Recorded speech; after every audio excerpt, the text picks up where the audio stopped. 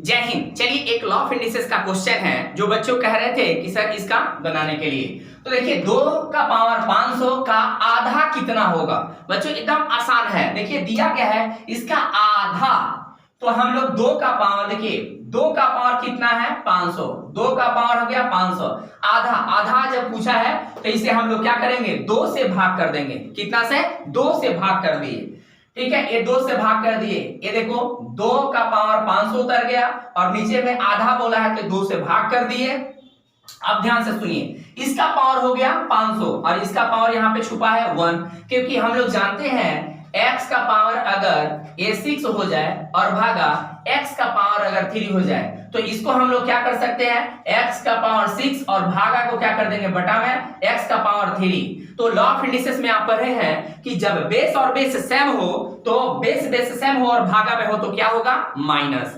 तो यहाँ पे बेस और बेस दोनों सेम है तो दोनों के लिए एक तो इसका पावर है 6 और बटा के लिए देंगे माइनस इसका पावर है 3, तो यानी x और 6 में से 3 गया तो कितना बचा 3। ठीक उसी प्रकार से यहाँ पे आपका होगा। देखिए ध्यान पूर्वक, ये आपको फार्मूला जब ये लॉ ऑफ इंडिसेस का फार्मूला होगा तो ये भी आपका बन जाएगा। दोनों में देखिए इधर भी बेस सेम और इधर भी बेस सेम, तो दोनों बेस के लिए देखो, दोनों बेस के लिए कॉट हो x एक ठो, तो दोनों बेस के लिए बेस में 2 है तो दोनों 2 के लिए एक ठो।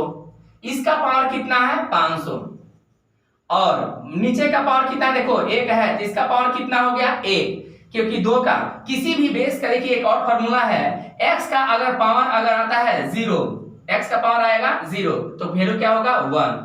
अगर किसी भी बेस का पावर अगर 1 आ जाए तो वो बेस ही उतर जाता है, बराबर बेस उतर जाता है। तो ये भी आपको जानना रखना होगा।